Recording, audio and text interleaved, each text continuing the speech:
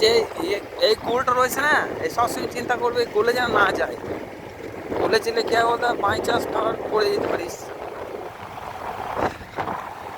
যখন মাঠে ধান ছিল তখন লাগতো, আর মাঠ এখন ফাঁকা, সুন্দর ফাঁকা ফাঁকা লাগছে। এই সর্ষে হবে, ধান চাষ করবে, ধান হবে, যাচ্ছে। তারপরে লেও করছে, আবার গ্রীষ্ম ধান চাষ করার জন্য চাষিরা সে রেডি হচ্ছে। এবার চাষি ভাইয়া দেখছো তো,